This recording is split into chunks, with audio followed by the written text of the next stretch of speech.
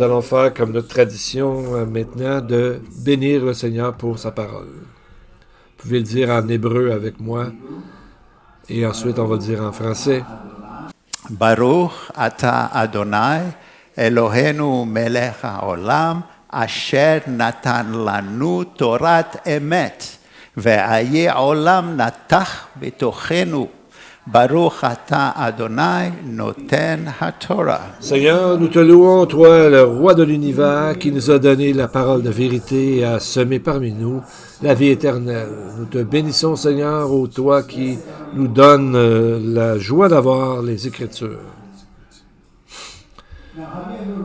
Vous êtes-vous déjà demandé qu'est-ce qui serait arrivé si tout Israël et tout le monde, tout d'un coup, se retournerait vers le Seigneur avec repentance, confession, en reconnaissant le Dieu de la Bible?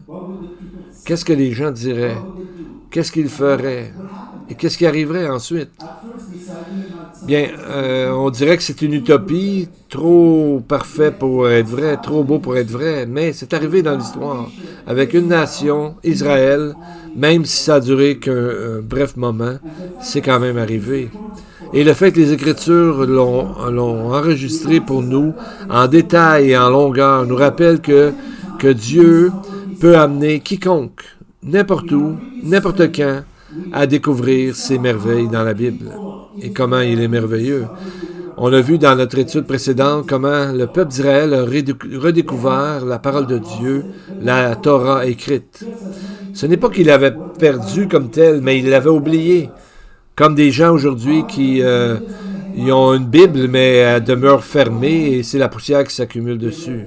Mais dans les jours de Néhémie, tout a changé à un moment donné quand Ezra a amené la Torah devant toute l'assemblée. Nous lisons dans Néhémie 8, verset 5. Esdras ouvrit le livre à la vue de tout le peuple, car il était sur un piédestal au-dessus de tout le peuple, et lorsqu'il l'eut ouvert, tout le peuple se tint en place. Et c'est à ce moment-là qu'un miracle commença à s'accomplir. On voit la phrase qui est répétée, Esdras ouvrit le livre, et un peu plus loin, lorsqu'il l'eut ouvert. Le mot ouvert, pata en hébreu, a plusieurs synonymes et habituellement est utilisé pour quand on ouvre quoi que ce soit, quand on ouvre quelque chose. Mais il est aussi utilisé lorsqu'on ouvre la porte, lorsqu'on libère des captifs, comme dans Ésaïe 51, 14, alors qu'il y a une promesse que les exils bientôt vont être libérés. Ou quand on sort l'épée dans Ézéchiel 21, alors que le jugement sur les méchants va s'abattre. Ailleurs, ce mot est utilisé pour quelque chose qui est gravé dans le bois ou dans la main, comme par exemple les prêts précieuses sur le pectoral du souverain sacrificateur. Exode 28. Ce que nous apprenons, c'est que on peut approcher la Bible de deux façons, en le lisant simplement les mots qui sont là, ou d'aller étudier plus profondément, de le méditer. Et c'est exactement ce qui manquait à Israël à ce moment-là.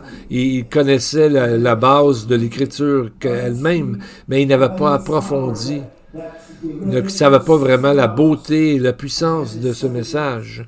Et c'est pour ça que pendant 6 longues heures, ils l'ont lu, et ensuite, ils l'ont étudié pendant 6 autres longues heures.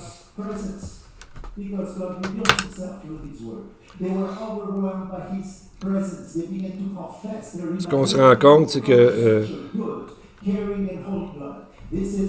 le peuple s'est mis à être triste, à pleurer, et parce qu'ils venaient de rencontrer dans leur propre cœur les paroles de Dieu. Donc, les mots pour être triste, c'est le même mot qui est utilisé quand Néhémie, au début du livre, était triste d'entendre les nouvelles qui arrivaient, comment était Jérusalem à ce moment-là. Et le mot être triste ou pleurer, voit aussi, c'est le même mot quand les frères ont finalement reconnu Joseph qu'ils avaient malmené par leurs propres actions. Donc, on voit, c'est la bonne réponse au mal qu'il y a dans ce monde. Et de nous-mêmes, nous avons à reconnaître notre propre péché. Ces réponses sont les prières en elles-mêmes. Elles touchent le cœur de Dieu et Dieu répond dans notre texte en laissant son esprit tomber sur eux tous. Comme Jésus a dit sur le sermon de la montagne, « Heureux les affligés, car ils seront consolés. » Matthieu 5, 4. Et c'est lorsque nous réalisons notre propre péché, à ce moment-là, par la repentance et par la confession, ça touche le cœur de Dieu. Comme nous voyons dans le texte de Zacharie, où Dieu dit qu'il va répandre son esprit sur tous les habitants de Jérusalem lorsqu'ils se tourneront vers lui, celui qu'ils ont percé. Donc, le mot que nous lisons qui ont un réconfort, c'est pas juste une petite tape sur l'épaule, c'est vraiment un mouvement puissant d'exhorter, de restaurer, de bénir la parole de Dieu, et nous en sommes bénis lorsque nous faisons ça. Plusieurs aujourd'hui disent que Jésus vient une seule fois, mais on voit le texte que nous allons lire au complet dans Zacharie 12, 10, on sait qu'il va revenir. Il dit, « Alors je répandrai sur la maison de David et sur les habitants de Jérusalem un esprit de grâce et de supplication, et ils tourneront les regards vers moi, celui qu'ils ont percé. » Et qu'est-ce qu'ils feront? Ils pleureront sur lui comme on pleure sur un fils unique. Ils pleureront amèrement sur lui comme on pleure sur un premier-né. Même dans le judaïsme ancien, on reconnaissait cette phrase comme une prophétie messianique. Parce qu'ils vont voir celui qu'ils ont percé. Ils vont être tristes, ils vont pleurer, mais ils seront réconfortés. Parce qu'en reconnaissant leurs péchés, comme dans le livre de Néhémie, et ce qui est arrivé, c'est que Dieu, à ce moment-là, a réagi en donnant sur eux, en leur répandant sur eux leur esprit pour qu'ils puissent comprendre les Écritures et agir en conséquence.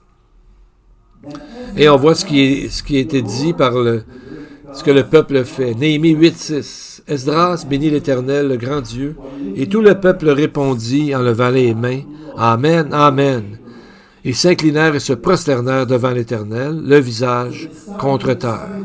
Donc, ils ont commencé par élever les mains. Voyez-vous, on n'a pas besoin d'être pentecôtiste pour lever les mains. C'est un geste très juif et même très biblique. Et ensuite, on voit qu'ils ont été profondément touchés et ont commencé à adorer le Seigneur. Et leur première réaction en lisant la parole, ils ont dit ceci, « Amen, Amen, Amen ». Le mot « Amen », c'est beaucoup plus qu'une formule de politesse, dit bien qu'il en soit ainsi. Dans l'Écriture, c'est une affirmation légale, c'est comme un vœu, une déclaration formelle que ce qui a été dit est vrai et ça nous lie avec cette vérité. Ouais. Mais pourquoi l'ont-ils dit deux fois? En surface, la répétition fait juste confirmer la véracité de la parole. Tout comme la Torah demande qu'il y ait deux témoins pour faire que quelque chose soit vrai, le peuple, en répondant à un double « Amen », déclare en fait devant Dieu et devant chacun des autres, « Nous sommes d'accord, nous affirmons cette chose, nous y soumettons, ceci est la vérité. » Il y a un autre endroit dans les Écritures où les deux fois « Amen, Amen » apparaissent exactement dans la même forme et ça nous donne une connaissance plus profonde encore. On le trouve ça dans la Torah, dans le livre des Nombres, chapitre 5. C'est un récit un peu étrange, mais qui a une portée de sens très forte. On appelle ça l'histoire de la femme adultère et les eaux amères. Ça dit que si un mari suspecte sa femme d'être infidèle, il devait l'emmener au sacrificateur qui préparait une mixture d'eau sainte, de poussière qui vient du tabernacle et de l'encre qui vient d'un rouleau de la parole. Et il devait mélanger ça, puis elle devait le boire. Si elle était innocente, elle devait être lâchée. Si s'il était coupable, elle devenait stérile. Mais cette femme dans Nombre 5, c'est beaucoup plus qu'une simple femme individuelle. C'est une image frappante de la nation d'Israël, car dans les Écritures, Israël est souvent décrite comme la femme de Jéhovah. À travers cette histoire, on voit que Israël était souvent coupable d'adultère spirituel. Pourtant, Dieu l'a pas détruite, mais l'a gardée, même malgré son infidélité, mais elle n'a pas porté de fruits spirituels, comme la femme adultère qui devenait stérile. Et dans le texte de Nombre 5, 22, la femme devait dire à ce moment-là, avant de prendre le test de boire cette mixture, devait dire « Amen, Amen ». On voit la double affirmation, la même que nous voyons dans Néhémie. Donc, c'est comme si Israël, qui se tenait devant Dieu, a pris sur elle ce vœu solennel, une promesse de fidélité, de renoncer à l'idolâtrie et une totale allégeance à son époux divin, le Seigneur. Donc, quand le peuple a dit « Amen, Amen », il venait de renouveler cette même alliance de loyauté en disant à Dieu « Nous sommes d'accord, nous allons obéir ». Et qui d'autre a utilisé ce double « Amen » ? Jésus lui-même. Jésus l'a fait souvent comme pour rappeler Israël à ce vœu qu'elle a déjà fait devant Dieu. On reconnaît ces mots lorsque Jésus disait « En vérité, je vous le dis ». C'est la même chose en hébreu, c'est le mot « Amen »,« Amen ». Le grec, lorsqu'il a traduit, ont gardé le mot hébreu « Amen »,« Amen ». Jésus a utilisé le mot « Amen » 76 fois dans les évangiles, mais seulement dans l'évangile de Jean, il le répète 2 fois comme ça, « Amen, Amen », et ce, 25 fois. Et chaque fois qu'il le fait, c'est pour souligner une vérité profonde qui vient de la loi ou des Écritures hébraïques. Dans Jean 3, on voit qu'il parle de la naissance spirituelle, donc il ramène ceux qui écoutent à l'écrit de Moïse et le serpent d'airain. Quand il parle de la divinité du Fils dans Jean 5, cela fait écho à une ancienne prophétie et des événements historiques où Dieu a démontré sa nature divine. Jésus a dit lui-même qu'il était le pain de vie dans Jean 6, et en parlant de la manne que le peuple avait eue dans le désert. Quand il a proclamé « Je suis le bon berger » dans Jean chapitre 10, il invoquait les passages où on voit que Dieu lui-même se nomme le berger d'Israël. À chacune de ces révélations, et d'autres encore, commençait par la déclaration solennelle « Amen, Amen », afin qu'Israël se rappelle, afin qu'Israël reconnaisse que c'est Dieu qui parle. Donc, qu'ils puissent voir dans Jésus leur vrai Sauveur, leur Messie et l'accomplissement de toutes les Écritures. Et nous allons voir qu'il y a quelque chose d'autre qui va suivre leur lecture, leur confession et leur pleurs. On voit dans le texte que pendant que le peuple portait deuil, pleurait, était triste, Néhémie, Ezra et les sacrificateurs leur ont rappelé que ce journée-là était une fête, la fête des trompettes. Néhémie 8.10 dit « Allez manger des viandes grasses et buvez des liqueurs douces. Envoyez des portions à ceux qui n'ont rien de préparé, car ce jour est consacré à notre Dieu. Ne vous affligez pas, car la joie de l'Éternel sera votre force. » La joie de l'Éternel, c'est ce que nous voulons de plus profond, d'une joie qui dure éternellement et qui est liée avec ce que Dieu donne. C'est lui qui donne la joie. C'est pas quelque chose qu'on peut produire en manufacture ou dans une usine, mais c'est ce qui vient de Dieu.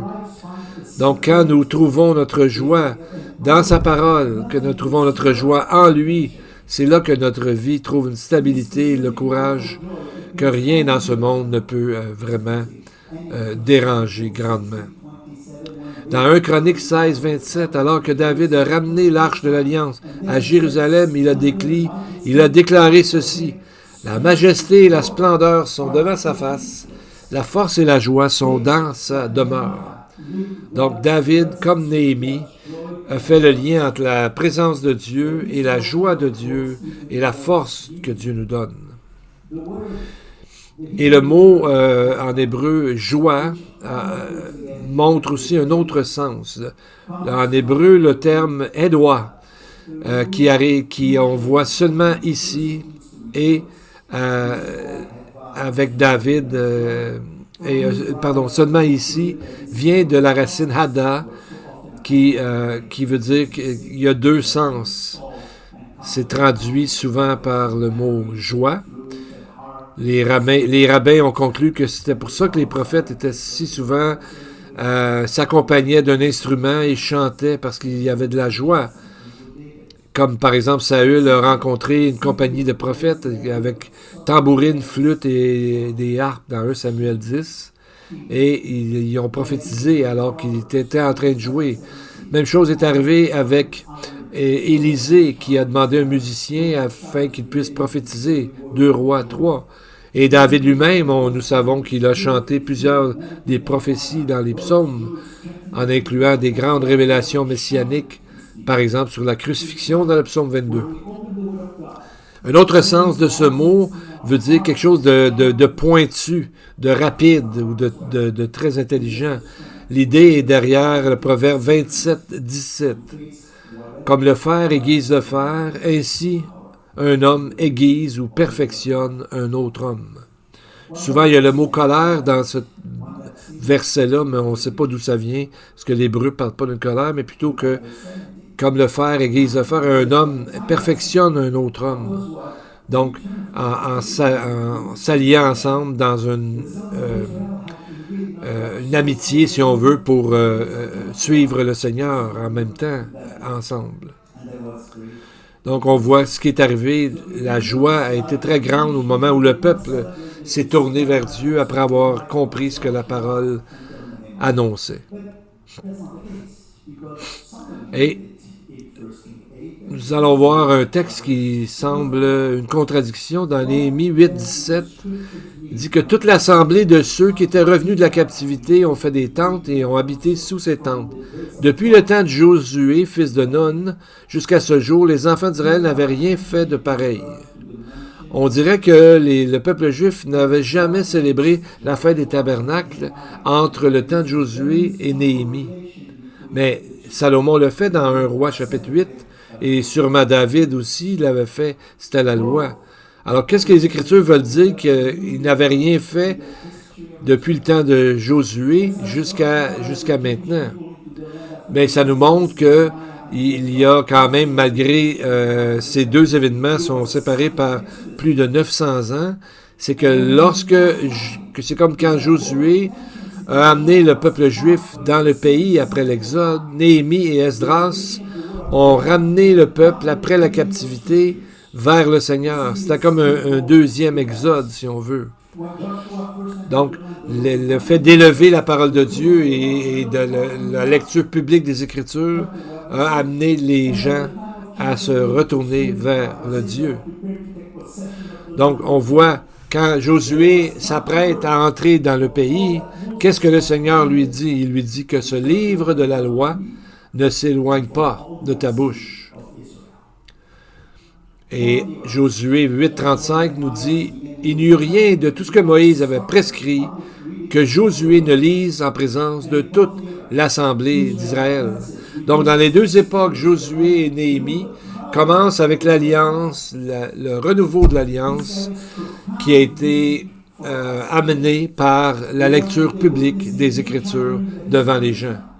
Et dans les deux époques, Israël avance, se reconstruit et réussit à sécuriser le pays à travers leur obéissance à la parole de Dieu.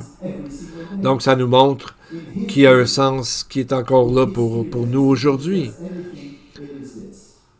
Parce que la nation va se reconstruire même lorsqu'il y aura un temps d'angoisse, alors que tout se prépare pour la seconde venue de Christ.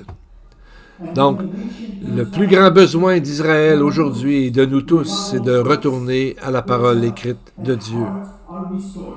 C'est à ce moment-là que les cœurs sont restaurés, que les vies sont changées et que des miracles peuvent arriver de la part de Dieu.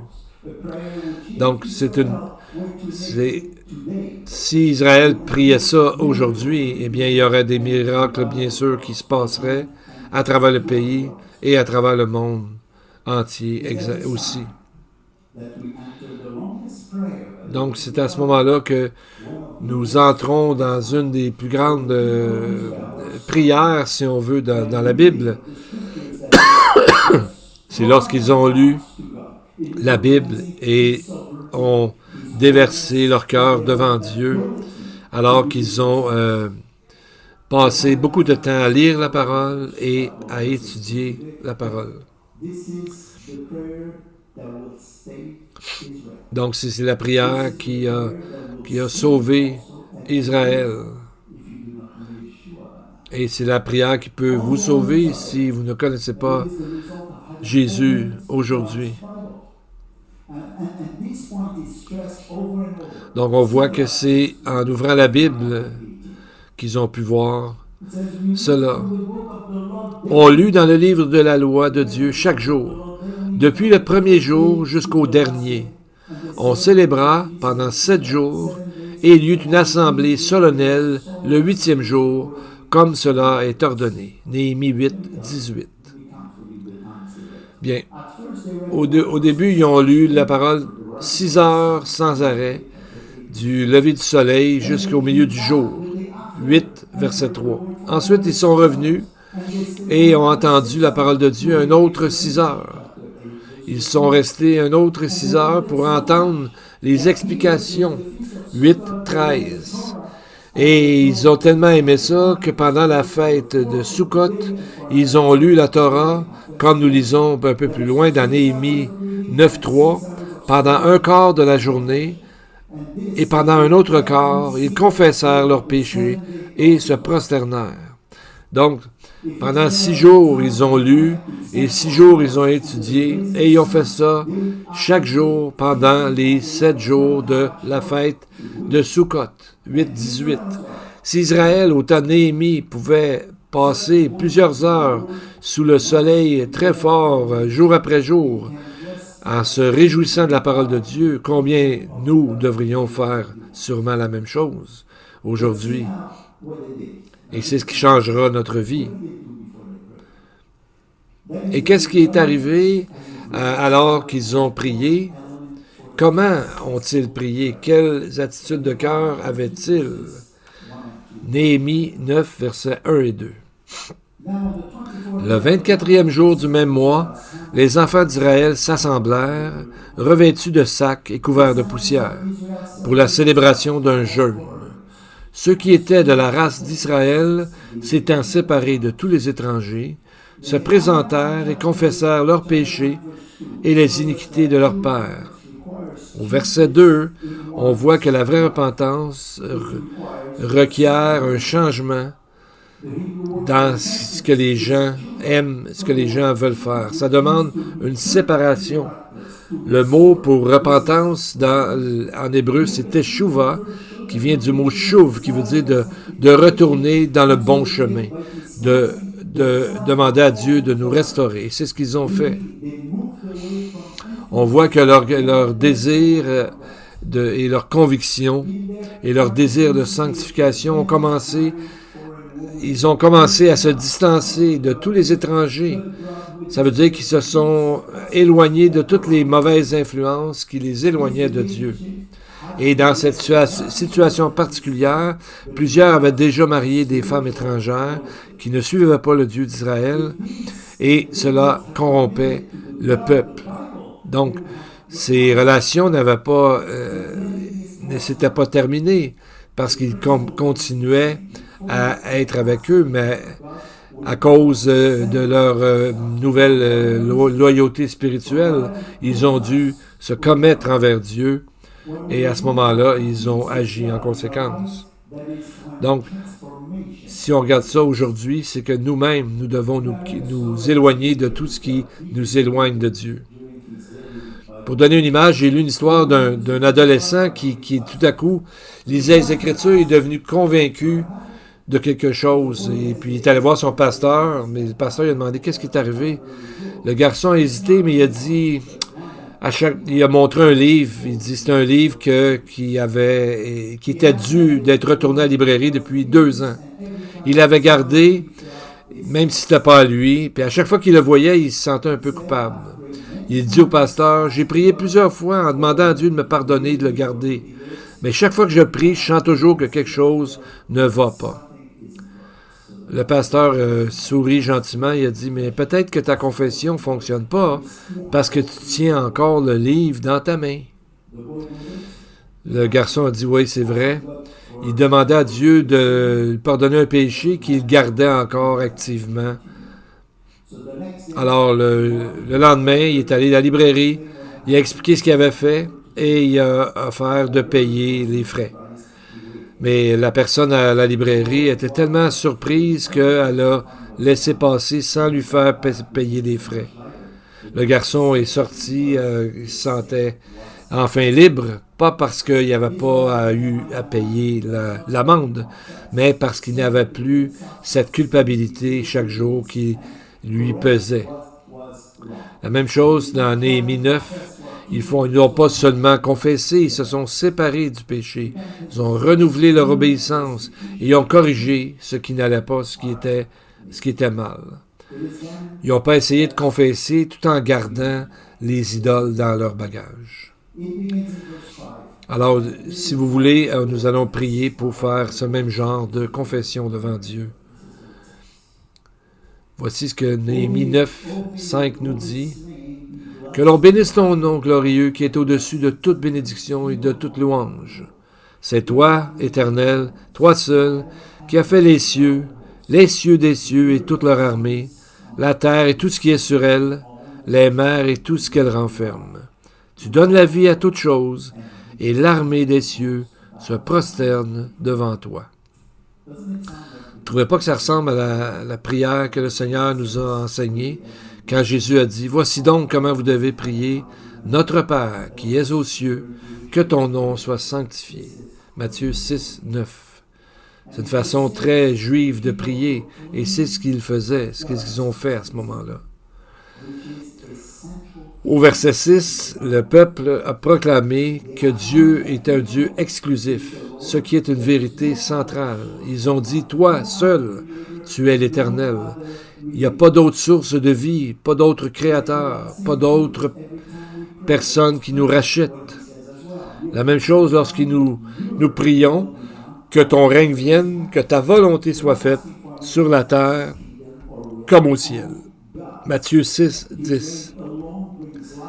On ne veut pas aucun autre royaume, aucune autre volonté que celle de Dieu et de son royaume qui impacte notre vie pour nous donner de la vie, de l'ordre, de la paix et de la vérité dans notre vie. Plusieurs disent que c'est pas intéressant qu'on peut juste aller au Père seulement par Jésus. C'est un peu étroit comme idée, mais la vérité est toujours étroite. C'est pas parce que c'est difficile, mais parce que c'est vrai, ça fonctionne. 1 plus 1 ne donne jamais 2,5 ou 3. C'est exclusivement 2. Il n'y a qu'une seule réponse. C'est pas que les mathématiques sont arrogantes, c'est simplement la vérité. De la même façon, la manière d'être sauvé, ce n'est pas de l'arrogance, c'est de la grâce, de la précision et de la vérité. Donc, c'est ce que Dieu nous demande de faire, de réaliser que Dieu est exclusif. Dans le verset dit, l'armée des cieux se prosterne devant toi. Donc, qu'on voit se prosterner, c'est une action d'adoration. Imaginez-vous, les cieux, les étoiles, les galaxies adorent le Seigneur. Bien oui, c'est ce que le texte nous dit. On voit dans le psaume 148, verset 4. « Louez-le, soleil et lune. Louez-le, vous toutes étoiles lumineuses. Louez-le, cieux des cieux. » Donc, la création loue Dieu par toute sa beauté, son ordre et la nature par des défauts, si on veut, obéir à ses lois. Les mots de Néhémie 9 nous montre la beauté de cette confession, de ce retour vers Dieu. L'armée des cieux se prosterne devant toi, que Néhémie 9, 6 nous dit. On voit souvent, au début de l'année, on montre l'image d'une espèce de rond où, à travers le temps, tout tourne et puis autour d'un point central, comme si c'était justement le point du pôle Nord, mais surtout le point culminant d'où tout vient. Comme Néhémie a dit, on répète dans Néhémie 9.6, l'armée des cieux se prosterne devant toi.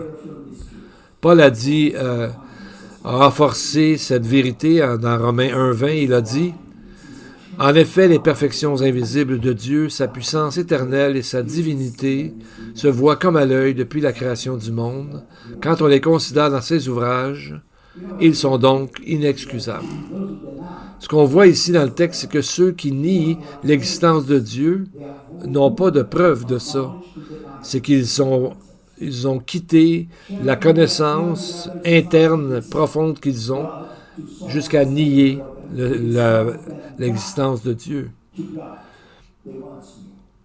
Donc, quand on parle de Dieu à quelqu'un qui nous dit qu'il ne connaît pas, en fait, profondément, tout le monde connaît qu'il a été créé par Dieu, mais il y a une négation qu'on peut faire.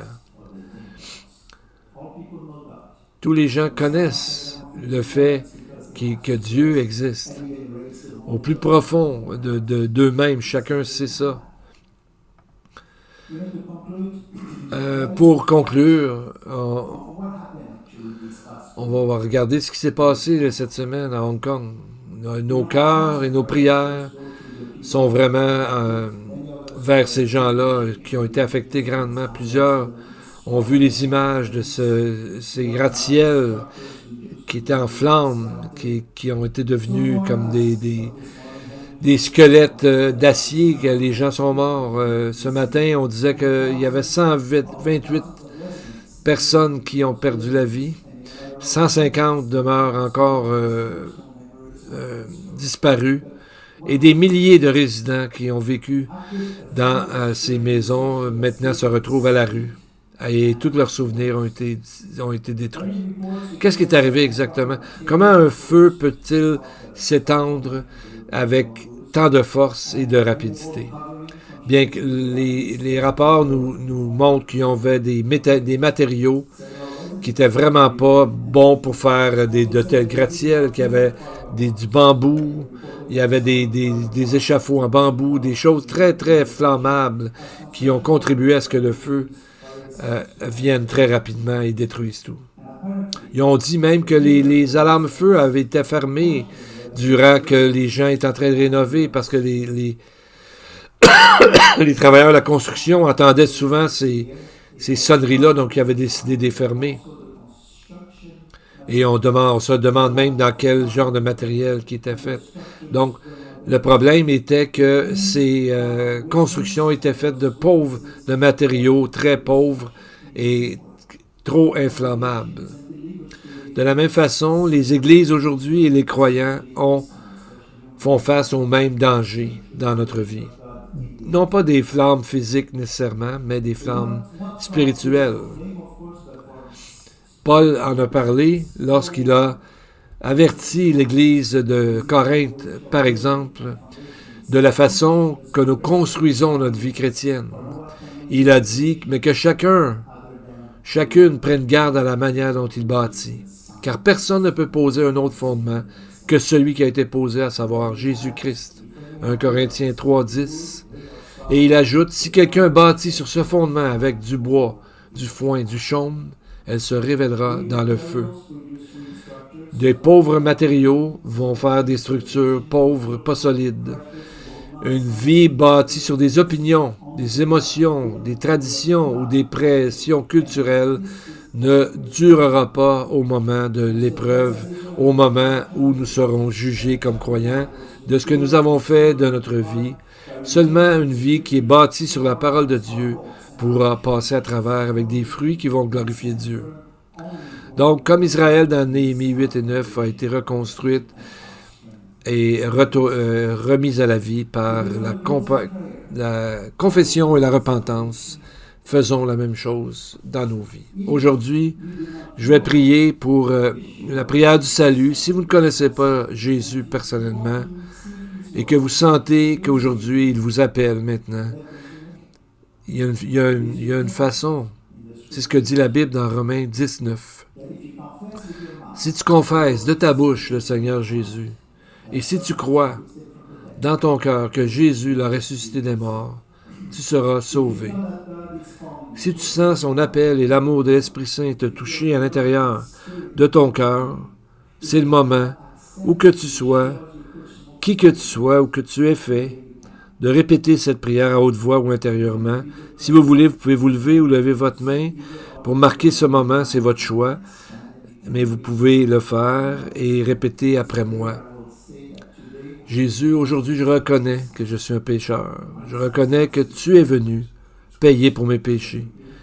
Et aujourd'hui, j'ouvre les portes de mon cœur pour te recevoir comme mon sauveur.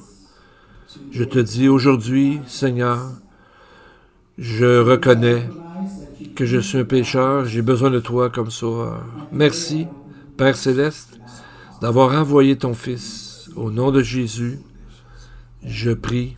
Amen. Au nom de Jésus, Amen. Si vous avez prié ainsi, venez me voir après ou écrivez-moi. J'aimerais prier avec vous ou pour vous. Que Dieu vous garde et vous bénisse, que l'Éternel fasse luire sa face sur vous, qu'il vous accorde sa grâce, qu'il se réjouisse en vous et qu'il vous donne sa paix. Amen. Amen.